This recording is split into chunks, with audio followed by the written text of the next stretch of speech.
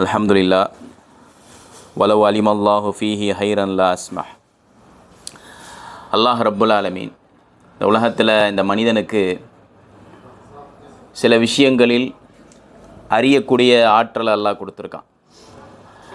அந்த அறியக்கூடிய ஆற்றல் அப்படிங்கிறது எந்த விஷயத்தை நம்ம தெரிஞ்சோமோ அதை புரிகிறதுக்கு சில நாட்கள் ஆகும். ஒரு விஷயத்தை நாம் கேட்டிருப்போம், அதை புரிகிறதுக்கு கொஞ்ச நாள் ஆகும். ஒரு 20 வயசில் ஒரு விஷயத்தை நம்ம கேட்டிருந்தா அதை புரிகிறது ஒரு 5 வருஷம் கழித்து தான் அதை பற்றி உண்டான விஷயங்கள் நமக்கு புரியும். சில விஷயங்களை நாம் புரிந்திருப்போம், அதை உணர்வதற்கு ஒரு சில காலங்கள் ஆகும். ஒரு பல பிரச்சனைகள், குடும்பத்தில் ஏற்படக்கூடிய சச்சரவுகள், வியாபாரத்தில் ஏற்படக்கூடிய பிரச்சனைகள், இதையெல்லாம் நம்ம அனுபவிக்க சொல்லுவாங்கள்ல, உனக்கு அனுபவிச்சா தான்ப்பா அதை பற்றி உண்டான வழி தெரியும்னு சில பேர் சொல்லுவாங்க. அப்போது அதை உணர்வதற்கு சில நாட்கள் தேவைப்படும். அதே சமயத்தில் அந்த உணர்ந்த அந்த விஷயத்தை தன்னுடைய வாழ்க்கையில் நடைமுறைப்படுத்துவது அப்படிங்கிறது அதுக்கு ஒரு காலகட்டம் தேவைப்படும்.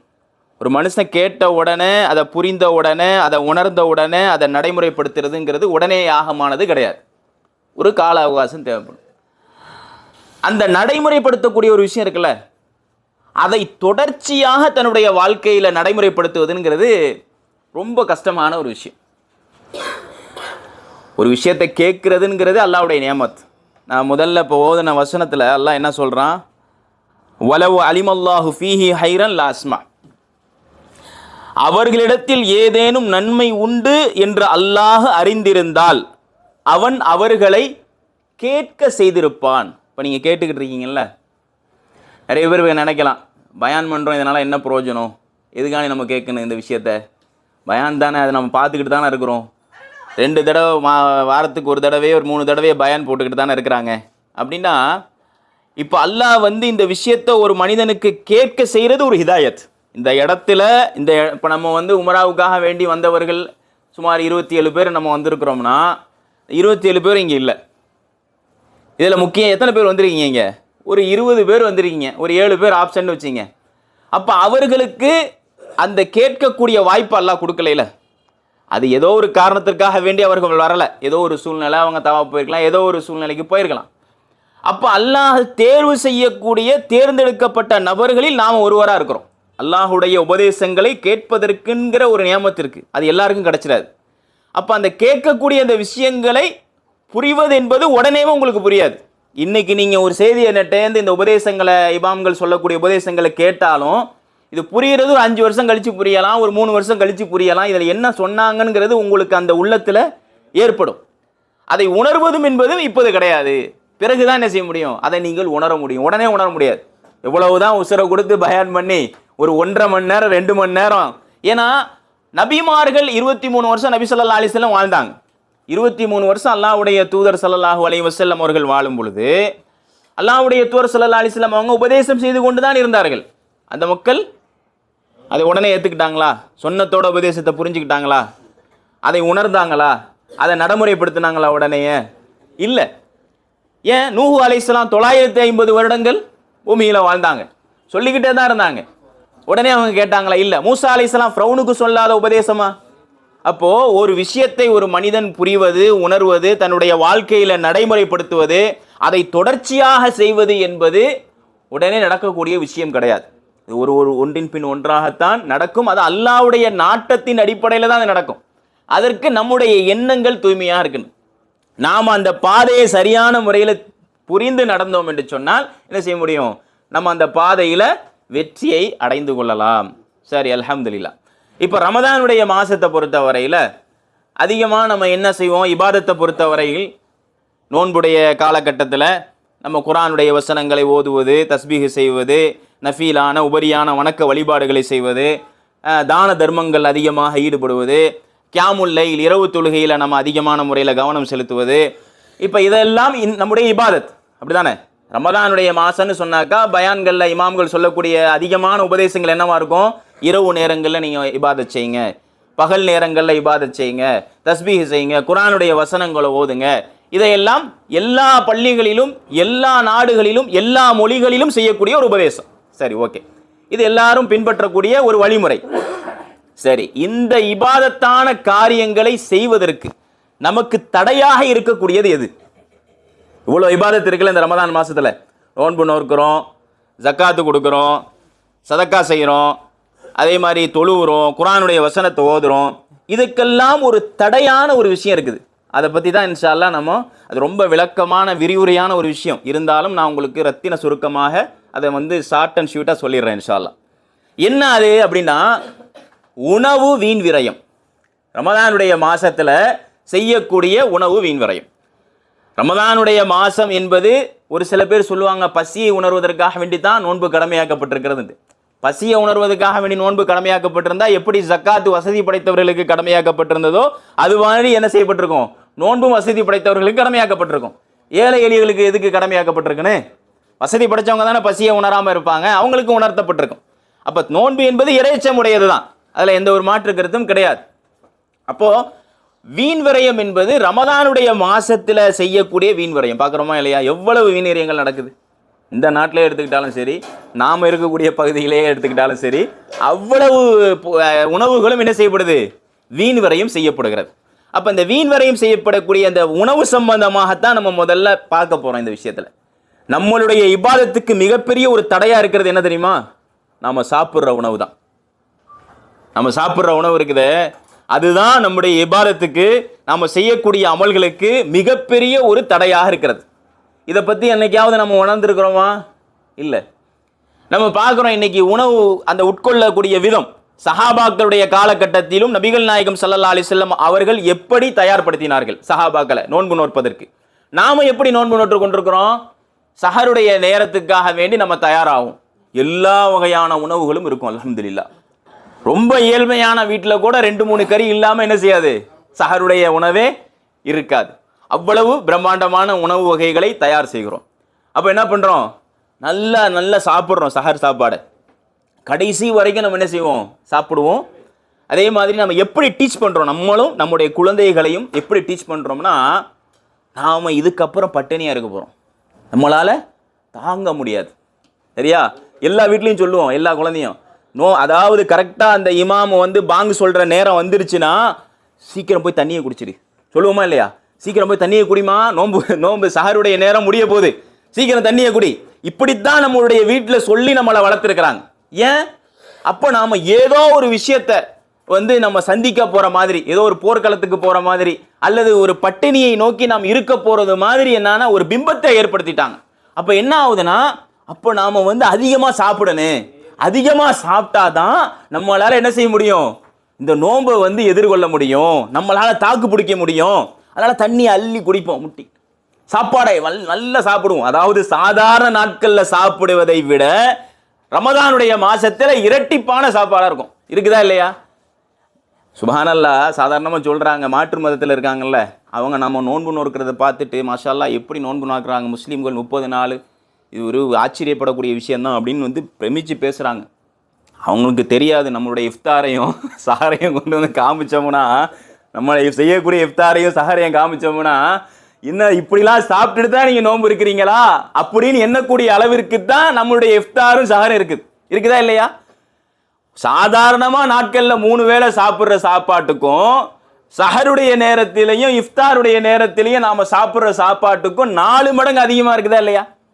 நபி ஸல்லல்லாஹு அலைஹி வஸல்லம் அவங்க இப்படித்தான் வழிவகுத்து காமிச்சாங்களா, இப்படித்தான் நமக்கு கற்றுக் கொடுத்தாங்களா அப்படின்னு பார்த்தா இல்லை. நபி ஸல்லல்லாஹு அலைஹி வஸல்லம் அவர்களும் சஹாபாக்களும் எந்த உணவு முறையை நமக்கு கற்றுத்தந்தாங்க? ரொம்ப எளிமையான சாப்பாடு. சஹருடைய நேரத்தில் எப்படி பாதி சாப்பாடு, பாதி தண்ணீர், பாதி உங்களுக்கு காற்று.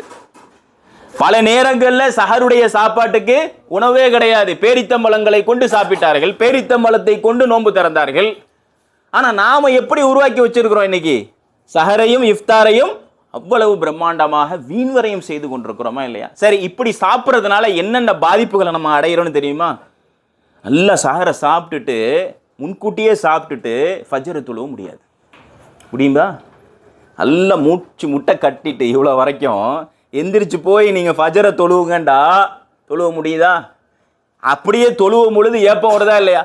நபி ஸல்லல்லாஹு அலைஹி சொன்னாங்க, வெங்காயத்தை சாப்பிட்டுட்டு கூட பள்ளிவாசலுக்கு வந்துடாதீங்க, அதனால் ஏற்படக்கூடிய அதனால ஏற்படக்கூடிய நாற்றத்தினால் அடுத்தவர்களுக்கு என்ன செய்யும், அதனால துர்நாற்றத்தினால் அவர்கள் பாதிக்கப்படுவார்கள் அப்படின்னு நாங்கள் அல்லாஹ்வுடைய தூதர். நம்ம இங்கே எல்லா வகையான சாப்பாடையும் சாப்பிட்டுட்டு பக்கத்தில் போய் பள்ளிவாசல் நின்றா ஏப்போ வருதா இல்லையா? சாதாரணமாக கேஸ்ட்ரிக் ப்ராப்ளம் உள்ளவங்களுக்கு வந்து அது பிரச்சனை, நோயினால் ஏற்பட்டது. மற்றவர்கள் எப்படிப்பட்டவர்களாக இருக்கான், நல்லா மூச்சு முட்டை கட்டிட்டு நல்லா போய் நின்றா தொழுகையில் இமாம் என்ன ஓதுறாருன்னு தெரியாது, நாம் எத்தனாவது ரக்காயத்தில் இருக்கிறோன்னு தெரியாது. அதையும் ஒரு சோம்பேறித்தனத்தோட அரை தூக்கத்தோட தான் ஒரு மதப்போட தானே இருக்கிறோம். சஹருடைய சாப்பாடை சாப்பிட்டுட்டு ஒரு ஆரோக்கியமான ஒரு நிலையில நம்ம இருக்கிறோமா? ஒரு மிதப்போட இருப்போம், அரை மயக்கத்தோட இருப்போம், இருக்கிறோமா இல்லையா? அப்ப இதனால என்ன ஆகுது, நம்மளுடைய இபாதத்துகள் பாதிக்கப்படுதா இல்லையா? ஃபஜருடைய தொழுகையே பல பேர் தொழுகிறது கிடையாது. அப்ப அப்படி தொழுதுட்டு தூங்குனாலும் எது வரைக்கும் தூக்கம் வருது? அசர் வரைக்கும் தூங்குறது. அசர் வரைக்கும் தூங்குற ஆட்கள்லாம் இருக்கு. காரணம் என்ன? உணவு உங்களுடைய உடல்ல போனதுக்கு அப்புறம் உங்களை என்ன செஞ்சிடும், சோம்பேறித்தனத்தை ஏற்படுத்தும். அதன் மூலமா என்ன செய்ய முடியாது, நீங்க ஆரோக்கியமான முறையில் உங்களுடைய இபாதத்தில் கவனம் செலுத்த முடியாது. அசருடைய தொழுகைக்கு தான் நீங்க எந்திரிப்பீங்க, லொஹர் தொழுகை போயிடும். அசரு தொழுகை எப்போ எந்திரிக்கிறது? கரெக்டாக 4:30 மணிக்கு, அதாவது 6:30 மணிக்கு நோன்பு துறக்கிறது இருந்துச்சுன்னு சொன்னாக்கா 4 மணிக்கு எந்திரிச்சு பார்த்தா அப்பாடா இன்னும் 2 மணி நேரம் இருக்குது, நம்ம நோன்பு அல்லாஹ்வுடைய கிருபையினால கடந்துட்டோம் அல்ஹம்துலில்லாஹ். எப்படி தூக்கத்திலேயே கடந்துடுறது, சாப்பாடை நல்லா சாப்பிட்டுட்டு அப்ப எப்படி கடந்து போறது ஃபுல்லா? ஆமா. அப்போ 4 மணி வரைக்கும் என்ன செய்யறதுன்னு சொன்னாக்கா நல்லா தூங்கினதுக்கு அப்புறம் இபாதத்துகள் என்ன செஞ்சிருச்சு. இதுலயும் என்ன சொல்றது, தூக்கம் ஒரு இபாதத்து தெரியுமா? எப்படி இதுக்கு நமக்கு ஒரு விளக்கம் ஹதீஸ் ஒன்று சொல்றது இருங்க. தூக்கம் என்பது, அதுக்கு விளக்கம் சொல்றேன். இப்போ தூக்கம் என்பது ஒரு ரஹமத். ஏன் உலக வேலை எதனால அப்படி சொல்லப்பட்டுச்சுன்னா, இமாம்கள் சொல்லியிருக்கிறாங்க. அதாவது நீங்கள் வந்து உறங்கும் பொழுது என்ன செய்ய போறதில்லை, அடுத்தவங்களை பற்றி ஃபசாது பண்ணுறதில்லை, ஃபித்னா பண்ணுறதில்லை, கெட்ட வார்த்தைகள் பேச போகிறதில்லை. சாதாரணமாக மனிதன் வந்து நடமாடும் பொழுது ஏதாவது பேசுறது வரும், ஏதாச்சும் ஒரு சண்டை சச்சரவில் ஈடுபடும். அதுக்கு நீ பேசாமல் நீ தூங்கும் போது என்ன செய்யப்படுது, அந்த இபாதத் என்கின்ற அடிப்படையில் என்னது உங்களுக்கு ஒரு நன்மை இருக்குண்டா. நம்மளால பொழுது என்ன செய்யறது, நோம்பு பிடிச்சதுலேருந்து ஃபஜ்ர்லேருந்து அஸ்ர் வரைக்கும் அந்த இபாதத்தை கடைபிடிக்கிறார். எப்படி அதுதான் இபாதத், புரியுதா இல்லையா? லொஹரும் கிடையாது, அசரும் கிடையாது, நேரக்டா எப்படி இஃப்தாருக்கு தான் எந்திரிக்கிறது அப்படிங்கிற வழக்கத்தை வைத்துக்கொண்டு நடைமுறைப்படுத்தக்கூடிய ஒரு சூழ்நிலையை பார்க்கணும். அப்போ இபாதத் என்றால் அப்போ என்னத்துக்காண்டி நம்ம நோன்பு நோக்கிறோம்? நோன்பு நோக்கிறது எதுக்காண்டி? இபாதத் செய்யறதுக்காக வேண்டி. ஆனால் இபாதத் என்பது அங்கே இருக்குதா ஏதாச்சும்? இபாதத்தை எங்கே நம்ம செய்கிறோம்? நேரம் சரி ஓகே, இஃப்தாருடைய நேரத்தை வந்தாச்சுங்க. இஃப்தார் நேரம் வந்தா அல்லாஹ் அக்பர், இஃப்தாரை பாருங்க, வகை வகையான எல்லா விதமான பொருள்களும் இருக்கும் வீட்டில். இங்கேயும் அல்லாஹ்வுடைய கிருபையினால எப்படியா இருந்தாலும் ஒரு 8 வெரைட்டிஸ் இருக்குதா இல்லையா? 8 வெரைட்டிஸு, ஒரு 5-6 பழம் வெரைட்டிஸு எல்லாமே இருக்குது அல்ஹம்துலில்லாஹ். அப்போ இவ்வளவு இது என்ன செய்யறது, இஃப்தார் நோம்பு திறந்த உடனே படப்பட நம்ம என்ன செய்வோம், ஏதோ ஒரு 10 நாள் தாகித்த ஒரு மனிதன் பாத்திரத்தில் மீது பாய்ந்த மாதிரி அவ்வளவு வேகமாக என்ன செய்யறது, நம்ம சாப்பிடும். சரி அல்ஹம்துலில்லாஹ், அது ஒன்றும் பிரச்சனை இல்லை, அல்லாஹ் கொடுத்த நியாமத். அதனால என்ன செய்யறதுன்னா, இமாம் பள்ளியில பாங்கு சொன்னாலும் பரவாயில்ல, இக்காம சொன்னாலும் பரவாயில்ல, தொழுகையில கடைசி ரக்காயத்துல போய் ஜாயின் ஆகனா போதுங்கிற அடிப்படையில் என்ன பண்றது, இங்க கவனமா சாப்பாட்டுல போய்கிட்டே இருக்கும் வேக வேகமா. நான் நோன்பு இருந்தேன்ல, காலையிலிருந்து பசியோடு இருந்தேன்ல, அப்ப என்ன செய்யறேன், சாப்பாடு சாப்பிட்றேன். அப்போ அவ்வளவு சாப்பாடுகளையும் சாப்பிட்டு விட்டுட்டு அதுக்கப்புறம் என்ன செய்யுது, தொழுகைக்காக வேண்டி போக முடியுமா? எந்திரிக்க முடியுமா? முதலால உங்களால் எந்திரிக்க முடியுதா? உங்களால எந்திரிச்சு படி இறங்க முடியுதா? இல்லை. அப்போ என்ன ஆகுது, மஹரிபு தொழுகை போயிடுது. அசரு லொஹரு எங்கே போயிடுது, தூக்கத்தில் போயிடுது.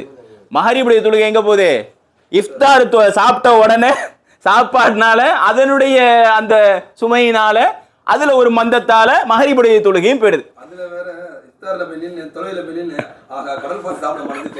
அப்ப இதெல்லாம் யோசனை வரும். அப்ப என்ன ஆகுதுன்னு சொன்னாக்கா, பல இடங்கள்ல இதுல வேற ஒரு டிஷ்ஷை மிஸ் பண்ணிட்டோம்னு வச்சுங்க, அது வேற ஞாபகங்கள்லாம் வரக்கூடிய நிலைப்பாடுகள்லாம் இருக்குதுங்கிறத நம்ம பார்க்குறோம். அப்போ ஒரு இபாதத் இப்படித்தான் நம்முடைய நேரங்கள் போகுது. சரி ஓகே, இசாவுடைய தொழுகையில் மறுபடியும் தூக்கம் வந்துடும், சோம்பேறித்தனம் ஏற்படும். அப்போ ஒரு உணவின் மூலமாகத்தான் ஒட்டுமொத்த இபாதத்தும் கெட்டு போதா இல்லையா? ஒரு ஒட்டுமொத்த இபாதத்தும் கெட்டு போகுது. சரி ஓகே, ஆரம்ப காலகட்டத்தில் நபி ஸல்லல்லாஹு அலைஹி வஸல்லம் தொலை வச்சாங்களே, அந்த மாதிரி தொழுகையா நடக்குது, இரவு தொழுகை கியாமுல் லைல்.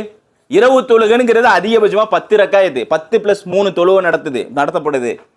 அந்த தொழுகையும் எவ்வளவு வேகமா நடத்தப்படுதா இல்லையா? ஒரு ஜுஜுவா ஓதுறாங்க, மொத்தமா ஒரு ஜுஜு தான் ஓதுறாங்க, ஒரு ஜுஜு கூட இல்ல, கம்மியா தான் ஓதுறாங்க மொத்தமாவே. அந்த தொழுகையில கூட நம்மளால என்ன செய்ய முடியல, 2 ரக்காயத்தை தொழுகிறதுக்கு நம்மளால முடியல. இடையில வேற தண்ணி குடிச்சுக்கிறது, 2-3 தண்ணி பாட்டில் எடுத்துட்டு போய் அங்கேயும் தாகம் வந்துடும். ஏன்னா 2 ரக்காய் தொழுது முடிஞ்ச உடனே என்ன ஆயிடும், வேக வேகமா டபால்னு பாட்டில் திறக்கிற சவுண்டு கேட்கும். என்னடா ஏதுன்னு பார்த்தா பக்கத்தில் அவரால் முடியாது. இந்த 2 ரக்காயத்து தொழுகையை முடிச்ச உடனே தண்ணியை சாப்பிட்டா தான் என்ன ஆகும், அவரால் நிற்க முடியும். அடுத்தது அங்க மடமடன்னு தண்ணியை குடிக்கிறது, வெயில், அப்ப ரைட்ல, அப்ப தாகத்தின் அடிப்படையில என்ன செய்யுது, அதை வேற நம்ம என்ன செய்ய முடியாது, சாப்பிட்டுக்கிறோம். அல்ஹம்துலில்லாஹ், அல்ஹம்துலில்லாஹ். அப்ப கேட்கிறோம், அப்ப என்ன ஆகுதுன்னு சொன்னாக்கா, ஆமா கேளுங்க, அப்ப கேளுங்க, அல்ஹம்துலில்லாஹ், அல்ஹம்துலில்லாஹ். அப்ப கேளுங்க, அப்போ இரவு நேரத்துல கேளுங்க, அப்போ இரவு நேரத்துல அப்ப என்ன செய்யறோம், அதையும் என்ன செய்யறோம், மடமடன்னு குடிக்கிறோம். அப்ப இவ்வளவு இபாதத்துகளையும் செய்து விட்டு இவ்வளவு இபாதத்தை நம்மளால செய்ய முடியுதா? உணவின் மூலமாக அவ்வளவு பாதிப்புகள் நமக்கு ஏற்படுதா இல்லையா? அப்போ இதற்கு நபிகள் நாயகம் ஸல்லல்லாஹு அலைஹி வஸல்லம் அவருடைய சஹாபாக்களுடைய முன்மாதிரியை நம்ம பார்க்கணும். அவங்க எப்படி வாழ்ந்தாங்க? அல்லாஹ்வுடைய தூதர் ஸல்லல்லாஹு அலைஹி வஸல்லம் அவங்க நோம்பு நோக்குறாங்க, இஃப்தார் சஹருடைய உணவு சாப்பிட்றாங்க, இஃப்தாரை அடையிறாங்க, இஃப்தாரை அடைஞ்சு இஃப்தார் முடிக்காம மறுபடியும் மறுநாள் கன்டினியூ பண்றாங்க. அல்லாஹ்வுடைய தூதர் ஸல்லல்லாஹு அலைஹி வஸல்லம் எப்படி மறுநாள் கன்டினியூ பண்றாங்க, அடுத்த நாளும் கண்டினியூ பண்றாங்க. இதை பார்த்துட்டு சஹாபாக்களும் சொல்றாங்க, அல்லாஹ்வுடைய தூதரை நாங்களும் பின்பற்றுறோம். அல்லாஹ்வுடைய தூதர் சொன்னாங்க, அல்லாஹ் எனக்கு அவனுடைய புறத்திலிருந்து உணவை வழங்குகிறான், அதனால எனக்கு தாக்கத்திற்கு நான் நிக்கிறேன். சஹாபாக்களும் அதை ஃபாலோ பண்றாங்க. பிறகு அல்லாஹ்வுடைய தூதர் ஸல்லல்லாஹு அலைஹி வஸல்லம் இன்னொரு நாள் எக்ஸ்டெண்ட் பண்றாங்க. இவங்க இப்படி ஃபாலோ பண்றது அவங்களுக்கு இது கடமையாயிடுமோ, இவங்களும் அதை வழி நடத்துவாங்களோ அப்படின்ட்டு. அப்போ சஹாபாக்கள் முடியல விட்டுடுறாங்க. அப்போ நபிகள் நாயகம் ஸல்லல்லாஹு அலைஹி வஸல்லம் அவர்களுடைய நோன்பு எப்படி இருந்தது? இரவு நேரம் முழுவதும் அல்லாஹ்வுடைய தூதர் ஸல்லல்லாஹு அலைஹி வஸல்லம் அவர்கள் நின்று வணங்கக்கூடியவர்களாக இருந்தார்கள். இப்போ இதன் மூலமா நமக்கு என்ன, நம்மளுடைய நோக்கம் என்ன? இதன் மூலமா நம்மளுடைய இபாதத்துகள் நம்ம எப்படி ஆகுமானதை ஆக்கி கொள்ள வேண்டும் என்று சொன்னால், நம்ம நினைப்போம், நம்ம குர்ஆனை ஒரு பேஜ் ஓதணும், ரமதானுடைய மாசத்துல அசர்லேருந்து மஹரிபுக்குள்ள ஒரு பேஜ் ஓதணும்னு நம்ம நினைப்போம். ஆனால் நம்ம ஓதிக்கிட்டு வரும் பொழுது ஒரு ஆர்வம் ஏற்படுது பாருங்க. உங்களுக்கு குர்ஆனை ஓத வேண்டும் என்கின்ற ஆர்வம் ஏற்படும் பொழுது நீங்கள் அதை ஓதுங்க. ஆனால் அதிக ஆர்வம் எடுத்துக்கொள்ளாதீர்கள். உதாரணத்துக்கு ஒரு பக்கம் ஓதணுங்கிற ஆர்வம் வந்துச்சுன்னா அந்த ஒரு பக்கம் மட்டும் ஓதுங்க. சரி, ஆர்வம் வந்துருச்சேன்னு சொல்லிட்டு என்ன செய்யக்கூடாது, ஒரு ஜுஜு வரையும் ஓதிட்டீங்கன்னா இப்படியே நீ ஓதுவீங்க. அந்த ஆர்வத்தை ரெண்டாவது நாளும் ஓதுவீங்க. 3வது நாள் என்ன செய்வீங்க, 3 ஜுஜு ஓதிடுவீங்க. 3 ஜுஜு வந்தோட செய்தான் உங்களுக்கு வருவான், வந்து சொல்லுவான், நீ என்ன நீயத்தில் ஆரம்பிச்ச, ஒரு நாளைக்கு ஒரு பக்கம் தானே ஓதன்னு ஆரம்பிச்ச, நீ இப்போ எவ்வளவு 3 ஜுஜு முடிச்சிட்ட, சரி இப்போ 2-3 நாள் நீ ரெஸ்ட் எடு. 2-3 நாள் ரெஸ்ட் எடுத்தீங்கன்னா என்ன பண்ணலாம், கண்டினியூஸாக அதை பிக்கப் பண்ணிக்கலாம் மறுபடியும். இப்படி உங்களுக்கு ஒரு எண்ணத்தை ஏற்படுத்துவான். அப்புறம் நீங்கள் கரெக்டு தானே, நமக்கு தான் நம்ம 3 ஜுஜு ஓதிட்டோமே, அதனால இன்னும் டைம் இருக்குது நமக்கு அப்படின்னு சொல்லிட்டு என்ன பண்ணுவீங்க, 3 நாள் இடையில கேப் விட்டுருவீங்க. கேப் விட்டதுக்கு அப்புறம் மறுபடியும் தொடரணும்னு நினைப்பீங்க, உங்களால் முடியாது. அது விட்டு போன விஷயத்தை பிடிக்கணும்னு நினைப்பீங்க, உங்களால் முடியாது. அப்போ இந்த விஷயங்கள்ல தான் இமாம்கள் என்ன சொல்றாங்க, உங்களுக்கு ஆர்வம் வருகிறது என்று சொன்னால் அந்த ஆர்வத்தை அளவோடு வைத்துக் கொள்ளுங்கள். அதிக ஆர்வத்தோடு நீங்க ஓதணும்னு முயற்சி பண்ணும் பொழுது ஒட்டுமொத்த குர்ஆனையும் முடிக்காம போயிடுவீங்க. கடைசியில நீங்க ஒவ்வொரு பக்கமா ஓதுனா கூட ஒவ்வொரு வக்திலையும் 4 பக்கம் ஓதுனீங்கன்னு வச்சுங்க, ஒரு வக்திலையும் 4 பக்கம் ஓதுனா கூட நீங்க என்ன செய்யலாம், முடித்து விடலாம். அதுக்கு தான் நபி ஸல்லல்லாஹு அலைஹி வஸல்லம் சொன்னாங்க கலா, அதாவது ஒரு விஷயத்தை கலா செய்வது. அல்லாஹ்வுடைய தூதர் ஸல்லல்லாஹு அலைஹி வஸல்லம் சஹாபாக்கள் என்ன செஞ்சாங்கன்னா, நஃபீலான தொழுகையை, சுன்னத்தான தொழுகையை அவர்கள் விட்டு விடுவார்கள் என்று சொன்னால் ஏதோ ஒரு சூழ்நிலையில மறதியினால பிற்படுத்தி தொழுவார்கள். ஃபஜருடைய தொழுகை நபி ஸல்லல்லாஹு அலைஹி வஸல்லம் ஃபஜருடைய முன் சுன்னத் இருக்குல்ல, அதை அல்லாஹ்வுடைய தூதர் ஸல்லல்லாஹு அலைஹி வஸல்லம் முக்கியத்துவம் கொடுத்திருக்காங்க. அதை விட்டுட்டா கூட பிற்படுத்தி அல்லாஹ்வுடைய தூதர் ஸல்லல்லாஹு அலைஹி வஸல்லம் அவர்கள் தொழக்கூடியவர்களாக இருந்தார்கள். அப்போ ஒரு இபாதத்து நம்ம இடத்துல இருக்குது, அது தொடர்ச்சியா நம்ம செய்கிறோம் என்று சொன்னால் அதை நம்மிடத்திலிருந்து நாம் விட்டுட்டோம், மறந்துட்டோம்னு சொன்னாக்கா அதை என்ன செய்யுங்க, பிற்படுத்தி செய்து கொள்ளுங்கள். சரி, இன்னைக்கு இப்போ ஓத மறந்துட்டேன் அப்படின்னா நாளைக்கு அதை செஞ்சிருங்க, தாமதப்படுத்துறாதீங்க. அப்ப தாமதப்படுத்தும் பொழுது அந்த இபாதத்து உங்கள்கிட்ட இல்லாமே போயிடும். நீங்க அதை தாமதப்படுத்தாமல் பிற்படுத்தி செய்தால் நீ என்ன செய்யலாம், அந்த இபாதத்தை முழுமைப்படுத்தி கொள்ளலாம். இதுல ஒரு விஷயம். இன்னொரு விஷயம் என்ன, நபி ஸல்லல்லாஹு அலைஹி வஸல்லம் அவங்க ஏத்துகாஃபுக்காக வேண்டி டென்ட் அடிக்கிறாங்க. அல்லாஹ்வுடைய தூதர் ஸல்லல்லாஹு அலைஹி வஸல்லம் ஆயிஷா ரலியல்லாஹு அன்ஹா அவங்க அனுமதி கேட்டு அவங்களும் டென்ட் அடிக்கிறாங்க ஏத்திகாஃபுக்காண்டி. அல்லாஹ்வுடைய தூதர் ஸல்லல்லாஹு அலைஹி வஸல்லம் வந்து பார்க்குறாங்க, பின்னாடி பார்த்தா நிறைய டென்ட்டாக இருக்குது. பார்த்தா நபி ஸல்லல்லாஹு அலைஹி வஸல்லம் மனைவிமார்களாம் மற்ற மனைவிமார்களும் வந்து டென்ட் அடிச்சிட்டாங்க. அப்போ அல்லாஹ்வுடைய தூதர் கேட்டாங்க, இது இபாதத் செய்கிறதுக்காண்டி தான் இந்த டென்ட் எல்லாம் வந்திருக்காண்டாங்க. என்னது, இந்த டென்ட் எல்லாம் இபாதத் செய்கிறதுக்காக வந்திருக்காண்டாங்க. கேட்டுட்டு அல்லாஹ் ஆலம் அல்லாஹ்வுடைய தூதர் டென்ட்டை பிரிச்சுட்டு போயிட்டாங்க. ஏத்திகாஃபே செய்யலை. ஏத்திகாஃப் செய்யலை. செவ்வாருடைய மாதத்தில் 10 நாள் அல்லாஹ்வுடைய தூதர் ஏத்திகாஃப் செஞ்சுருக்காங்க. செவ்வாருடைய மாதத்தில் ஏத்திகாஃப் செய்யலாமா? ஏத்திகாஃப் என்பது எங்க? ரமதானுடைய மாதத்தில் தான். ஆனால் அந்த இபாதத்தை அல்லாஹ்வுடைய தூதர் விடலை, வேறொரு நாட்களில் செய்கிறாங்க. அப்போ நம்மிடத்தில் இருக்கக்கூடிய ஒரு இபாதத், ஒரு விஷயத்தை நாம் நடைமுறைப்படுத்த வேண்டும் என்ற ஒரு நியத்தில் இருக்கும் பட்சத்தில் அதை வேறொரு நாட்களில் நாம் செய்யும் பொழுது அந்த இபாதத்தை நம்ம என்ன செய்யலாம்? பூர்த்தி கொள்ளலாம். ஏன்னா சைத்தான் எந்த ரீதியெல்லாம் வருவான் என்பதை தெரிந்துதான் நபிகள் நாயகம் ஸல்லல்லாஹு அலைஹி வஸல்லம் அவர்கள் அதை கலா என்கின்ற ஒரு விஷயத்தை நமக்கு கற்றுத்தர்றாங்க. அதனால் நம்ம இடத்துல சில இபாதத்துகள் இருக்கும் பொழுது அதை தொடர்ச்சியாக செய்யக்கூடிய வழிவகைகள் இதுதான் அப்படிங்கிறத நம்ம புரிந்து கொள்ள வேண்டும். அதனால் ரமதானுடைய மாதத்தில் கவனமாக உணவு உட்கொள்ளக்கூடிய விஷயத்தில் வீண்வரையும் செய்யாதீர்கள். அல்லாஹ் யாரையும் வீண்வரையும் செய்வரை அல்லாஹ் நேசிப்பதே இல்லை. உண்ணுங்கள் பருகுங்கள், வீண்வரையும் செய்யாதீர்கள்னு அல்லாஹ் ரப்புல் ஆலமீன் குறிப்பிட்டு காமிக்கின்றான். அதனால் நம்மகிட்ட எவ்வளவுதான் இருந்தாலும், நம்ம நினைக்கிறோம்ல பாலஸ்தீன மக்கள் வந்து கஷ்டப்படுறாங்க, அவங்கள்ட்ட சாப்பாடு இல்லை, அவங்களுக்கு உணவு இல்லை, பேரிச்சம்பளம் இல்லத்தில் தான் நோன்பு திறக்கிறாங்க நீங்கள் சொல்கிறோம். ஆனால் நாம் இன்னைக்கு நோன்பு திறக்கும் பொழுது அதற்காக வேண்டி அவர்களை நினைத்து அவர்களை போன்று நோன்பு திறப்போங்கிற ஒரு எண்ணம் வருதா நமக்கு? அவங்களுடைய அந்த கஷ்டங்களை நினச்சி உணர்றோம், அவர்கள் இப்படி படுறாங்களே, கஷ்டப்படுறாங்களே அப்படின்னு நினைக்கிறோம். அப்போது நாம் அதை நினைத்து நாம் தியாகம் செய்ய முன் வர்றோமா? அப்போது இந்த அளவு விஷயங்களை நாம் புரிந்து கொள்ள வேண்டும். அப்போ எந்த ரீதியில் நாம் வந்து நம்முடைய உணவு பழக்க வழக்கங்களை வைத்திருக்கிறோம் அப்படிங்கிறத நம்ம புரிந்து கொள்ள வேண்டும். அப்போது எவ்வளோ வேண்டுமானாலும் சாப்பிடணும் என்பது இஸ்லாமிய மார்க்கத்தில் என்ன அல்லாஹ் ஹலாலா ஆக்கியிருக்கானோ அதை நீங்கள் சாப்பிடலாம். ஆனால் என்ன செய்யக்கூடாது? வீண் விரையும் செய்யக்கூடாது என்கின்ற விஷயத்தில் நாம் கவனமாக இருக்கும் பட்சத்தில் நம்முடைய உடல் ஆரோக்கியத்திற்கு ரொம்ப முக்கியம். அளவோடு சாப்பிட்டா தான் நம்ம ஆரோக்கியமாக வாழ முடியும். ஆரோக்கியமாக வாழ்வதாக இருந்தால் நம்முடைய இபாதத்துகளை என்ன செய்ய முடியும்? அதிகமான முறையில் நாமும் நடைமுறைப்படுத்த முடியும் என்பதை கவனத்தில் கொண்டு நன்மையான காரியங்கள் செய்யக்கூடிய நன்மக்களாக அல்லாஹ் ரப்புல் ஆலமீன் உங்களையும் என்னையும் ஆக்கிடுவான் என்று கூறி எனது உரையை நிறைவு செய்கிறேன். வாஹிர்தான் அல்ஹம்துலில்லாஹி ரப்பில் ஆலமீன். அஸ்ஸலாமு அலைக்கும் வரஹ்மத்துல்லாஹி வபரகாத்துஹு.